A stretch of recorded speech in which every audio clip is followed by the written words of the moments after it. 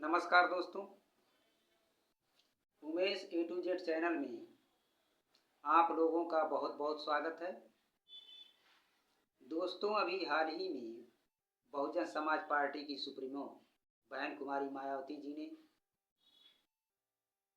बोला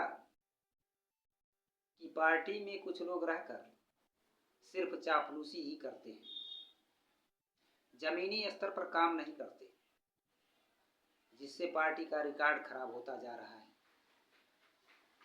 अगर वो लोग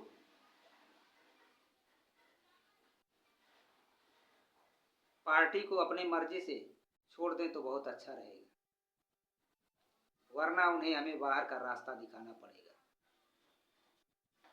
बहुत ही अच्छा फैसला उन्होंने लिया और स्वागत योग्य फैसला है। साथियों, पार्टी में चापलूसों की कमी नहीं थी और बहुत लोग पार्टी में रहकर सिर्फ अपने फायदे के लिए चापलूसी ही करते थे। बहुत सारे लोग ऐसे हैं जो इधर की उधर बात करते हैं और बहुत सारे लोग ऐसा है कि जब पार्टी की सरकार बनती है तो उसमें अपनी गाड़ियों पर नीले रंग का झंडा लगाकर चलते हैं। उसके पहले वो किसी और पार्टी में रहते थे और सरकार बनने के बाद अपनी गाड़ियों पर नीले रंग का झंडा लगाकर चलते थे, बहुजन समाज का झंडा लगाकर चलते थे। वही लोग आज पार्टी में चापलूसी करने का काम कर रहे हैं, जमीनी स्तर पर काम नहीं करते। जमीनी स्तर पर अगर काम करते तो आज बहुजन समाज पार्टी की ये दशा नहीं होती, बहुजन समाज पार्टी की दिशा बदल गई होती। दोस्तों, लोग बड़े बड़े पदों पर रहकर पार्टी के संगठन को मजबूत करने का काम नहीं करते, संगठन को जमीनी स्तर पर उतारने का काम नहीं करते, सिर्फ वो बड़े पदों पर रहकर चापलूसी करने का काम करते हैं। और जो पार्टी में सक्रिय कार्यकर्ता बनकर काम करता है उसको पार्टी नेतृत्व आगे बढ़ने का मौका भी नहीं देता। इस बात को समझने की जरूरत है। अगर इसी तरह से पार्टी में काम होता रहेगा, इसी तरह से पार्टी के लोग काम करते रहेंगे तो आने वाले समय में पार्टी की क्या हाल होगी ये हमें बताने की जरूरत नहीं है। और आज आप बहुजन समाज पार्टी का रिकॉर्ड देख लीजिए। बहुजन समाज पार्टी का एक भी सांसद नहीं है। बहुजन समाज पार्टी का एक ही एमएलए है उत्तर प्रदेश में। आखिर ऐसा क्यों? क्या बुराई थी बहुजन समाज पार्टी में?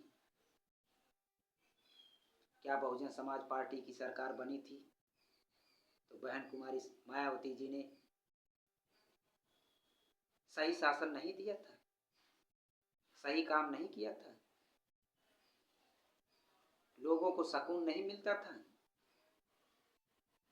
क्या किसी प्रकार की जो घटना घटती थी उसमें शासन प्रशासन सहयोग नहीं करता था? गरीब और मजलूमों की बात नहीं सुनी जाती थी? सारे लोगों की बात सुनी जाती थी और सारे लोगों को न्याय मिलने का काम होता था। चाहे वो किसी विभाग में हो, कोई भी कर्मचारी हो, सारे लोगों की बात सुनता था और तुरंत उस पर कार्रवाई करता था, एक्शन लेता था। लेकिन आज देखिए, आज बहुजन समाज के लोगों की क्या दशा है। आज बहुजन समाज के लोगों का हक और अधिकार छीना जा रहा है। क्या उस पर कोई इंडिया अलायंस का नेता और सांसद बोल रहा है? जब चुनाव होने को था, इलेक्शन होने वाला था, तो लोग प्रचार करते थे संविधान बचाओ, भारत जोड़ो यात्रा। और जब भारत में इंडिया अलायंस तो सरकार नहीं बना पाया, दूसरे नंबर पर पार्टी है, फिर भी सरकार की गलत नीतियों का विरोध नहीं करती है। आरक्षण खत्म करने के लिए सरकार ने सुप्रीम कोर्ट के ऊपर दबाव बनाया और कोटे में कोटा का प्रावधान किया और सुप्रीम कोर्ट ने उस पर फैसला दिया। क्या इंडिया अलायंस का कोई नेता बोला? क्या संविधान जो लोग बचाने चले थे वो लोग आरक्षण पर बोले? सिर्फ SC ST के लोगों को गुमराह कर कर वोट लेने का काम करते थे ये लोग, और अभी भी कर रहे हैं। अभी उपचुनाव होने जा रहा है, तो उसमें जो है दलितों की बात की जा रही है, आरक्षण की बात की जा रही है। जिस दिन उपचुनाव खत्म हुआ फिर वही हाल हो जाएगी। इसलिए मैं बहुजन समाज के लोगों को ये बताना चाहता हूँ, जाग जाओ बहुजन समाज के लोगों, SC ST OBC के लोगों,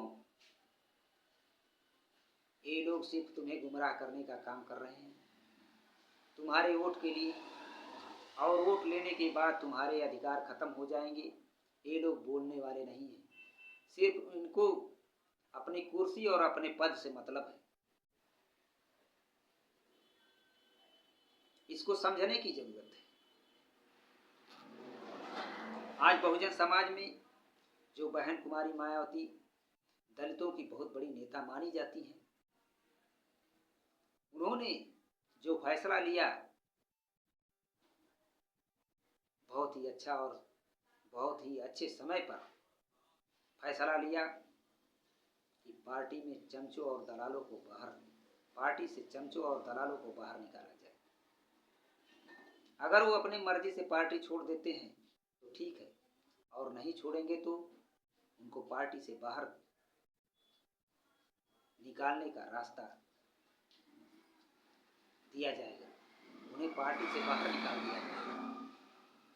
बहुत ही अच्छा फैसला जिसका हम स्वागत करते हैं, हमारे बहुजन समाज के लोग स्वागत करते हैं। ये तो काम बहुत पहले ही हो जाना चाहिए था, लेकिन चलिए देर से ही सही दुरुस्त तो हुआ, और पार्टी में उन लोगों की जरूरत है जो जमीनी स्तर पर सक्रिय होकर काम करते हैं, तभी बहुजन समाज के महापुरुषों का कारवां आगे बढ़ेगा, तभी बहुजन समाज के लोगों का हक और अधिकार बचेगा, तभी बहुजन समाज के लोगों का आरक्षण बचेगा। इसको जानने और समझने की जरूरत है और लोगों को बताने की जरूरत है। हमारे इस तरह की वीडियो को देखने के लिए Umesh A to Z channel को लाइक एवं सब्सक्राइब करें। जय भीम, जय भारत।